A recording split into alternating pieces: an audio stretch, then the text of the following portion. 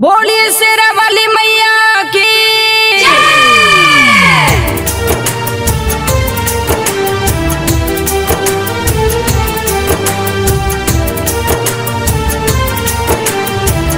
बोलिए साचे दरबार की।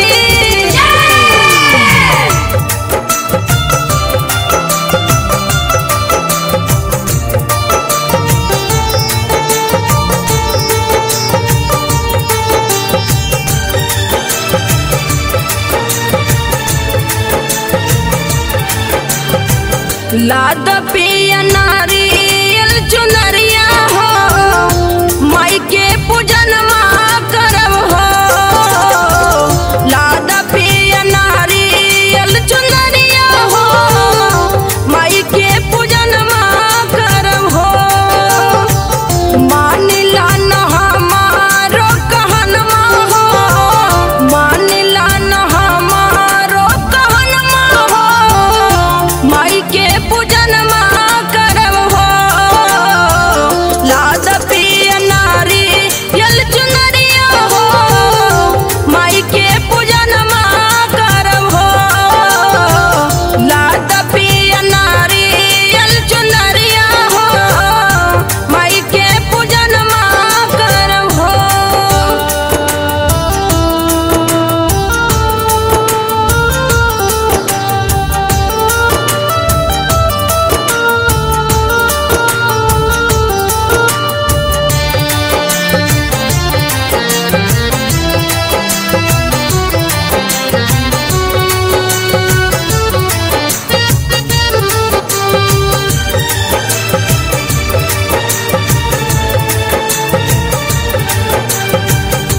सपना में देखनी माई अली मोर भवानमा, देख के सुरतिया लुभा गइल मनमा।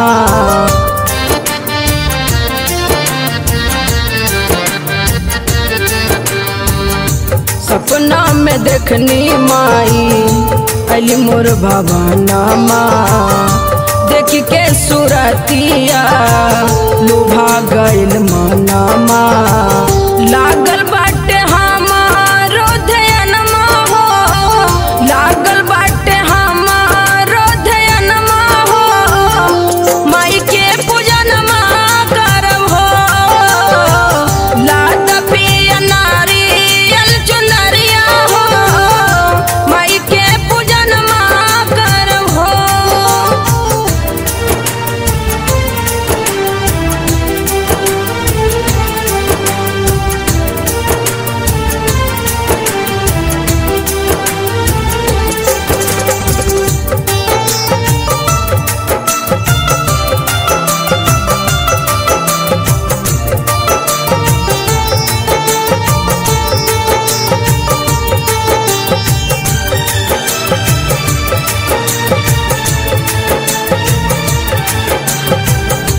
देवी माई के हम हो करब पूजनमा, सिंदूरा अमार रहे मांगब वरदानमा।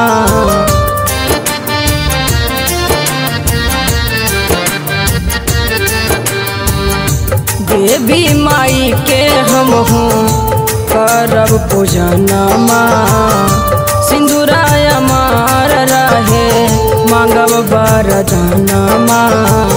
पूरा होई हमारो सपनमा हो, पूरा होई हमारो सपनमा हो, माई के पूजनमा करब हो।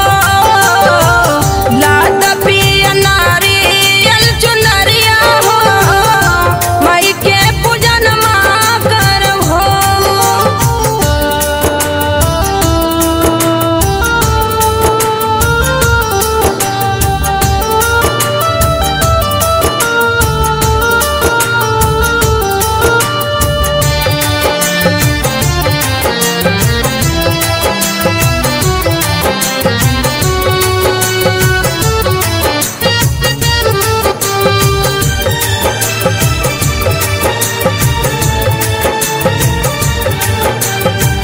कन्हैया बिहारी लिखले माई के गीतिया।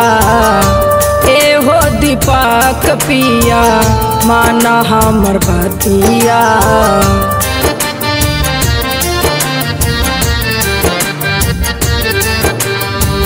कन्हैया सुभाष लिखले माई के गीतिया। एहो दीपक पिया माना हमर बतिया। मानी